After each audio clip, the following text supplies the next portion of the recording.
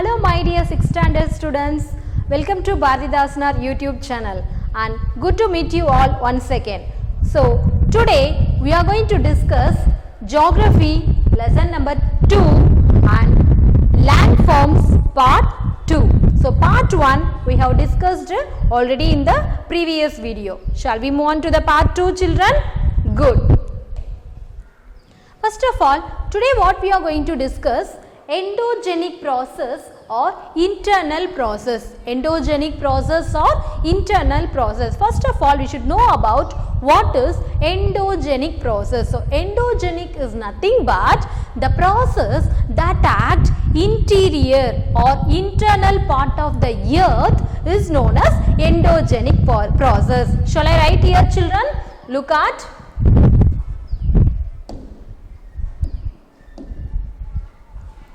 the process that act internal or interior part of the earth.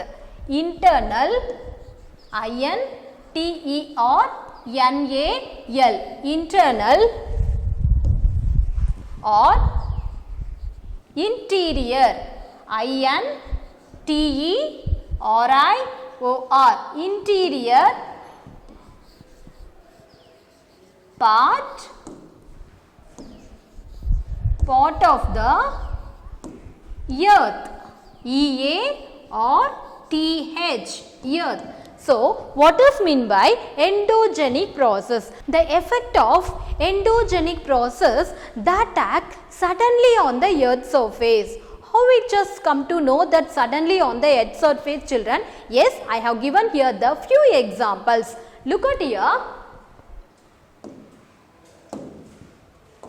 The examples for the endogenic process. I told no children, the effect of endogenic process suddenly on the earth surface. So can you say the sudden movement or sudden effects which is on the earth surface? Yes, we can say for our earthquake, volcanic eruptions,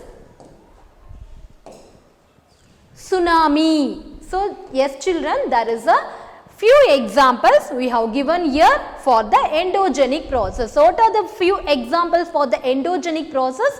Earthquake, volcanic eruptions and tsunami are the few examples for the endogenic process. So what we have discussed here children, so what is endogenic process and all the few examples for this. So what I said for the endogenic process, yes, the process that act internal or interior part of the earth is known as endogenic process. Okay, so these are the few examples for the endogenic process. So can we go for the next?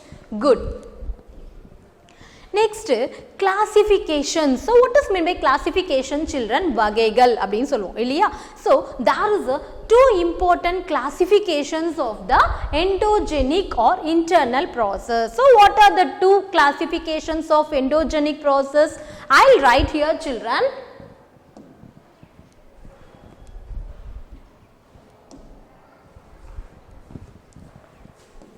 Slow movement, S-L-O-W, slow, M-O-V-E-M-E-N-T, slow movement.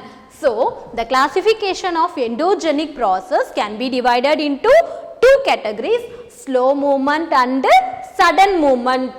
S-U-D-D-E-N, sudden movement, M-O-V-E-M-E-N-T, sudden movement. So, this endogenic process can be divided into two classifications, slow movement and sudden movement. So first we come to know about what is slow movement and what is sudden movement. Okay children, first of all should know about what is slow movement. Slow movement is nothing but the process that act very slowly on the earth surface. Yes, it has taken a long period of time to complete that process.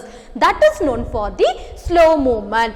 And then what is know about that sudden movement? Yes, the process that act suddenly on the earth surface. That we have given the few examples. Yes.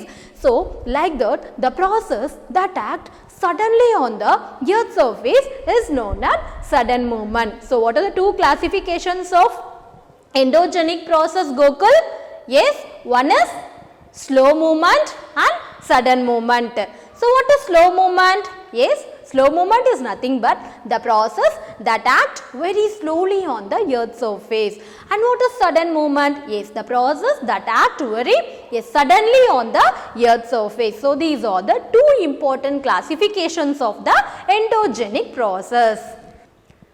First, we should know about what is slow movement. Okay children, already I told what is slow movement. Yes, Vetri, can you say what is slow movement? Good. Now, what is classification of the slow movement? So, here the two classifications of slow movement. Understood children? First of all, endogenic process can be divided into two classifications. One is slow movement and sudden movement. So, again that slow movement can be divided into two categories. What are they? Yes, I will write here. Slow movement can be divided into vertical V-E-R-T-I-C-A-L vertical or epirogenic E-P-E-I-R-O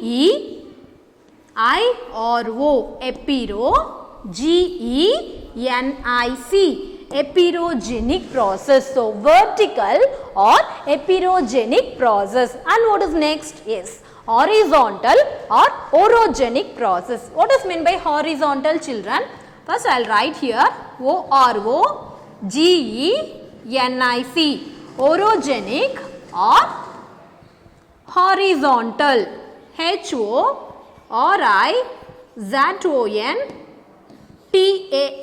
horizontal. Understood children?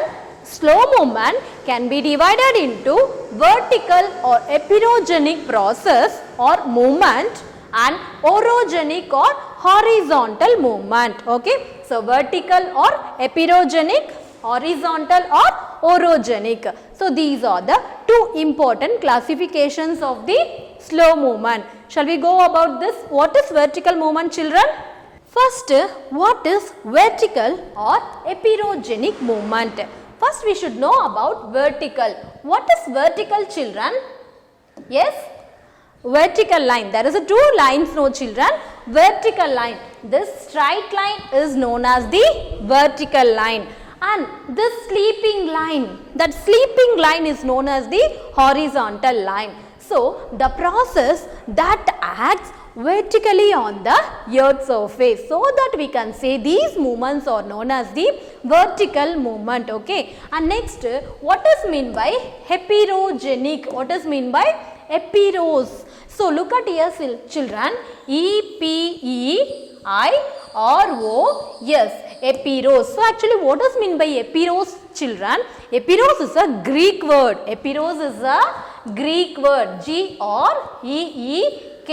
So, epiros is a Greek word which means continent, C-O-N-T-I-N-E-N-T. So, what is mean by epiros children? Epiros is nothing but continent. So, epirogenic movement is known as, these movement are known as the continental movement. These movement are known as the continental movement. So, இது எப்படி கண்ணா சொல்றது? Continental movement is nothing but கண்டங்கள் உருவாக்கம். So, கண்டங்கள் உருவாவதை தான் நம்ம என்ன சொல்றோம் அப்படின்னா epirogenic process or epirogenic movement அப்படின்னு சொல்றோம். ஓகேவா? So, vertical or epirogenic movement. So, what does mean by epiros? Epiros is a Greek word which means continent. Good. Epiros is a Greek word which means continent. So, these movement is known as the continental movement. These movement is known as the continental. கண்டங்கள் உருவாதல், continental movement. M-O-V-E-M-E-N-T. Continental movement. So, this is known as the vertical or epirogenic movement. Okay. So, next look at here children. So, how it is forming the continental movement. So, I will just say about this. This is known as the continental movement or continental process. Actually no children, generally sinking and rising up of the crust portion. So, these are known as the crust portions. So, generally rising or sinking up of the crust portions without fracturing and faulting of the rocks is known as the continental formation. So, how it is continental forming, children? Yes, that is generally rising and sinking of the crust portion without faulting and fracturing of the rocks is known as continental building. So, next, children, we are going to discuss about the study material, question bank and self-assessment, which is given in our description box. So, these are the some question with answers as given in the study material and question bank, self-assessment. Thank you, children. See you on next class. Until that, bye.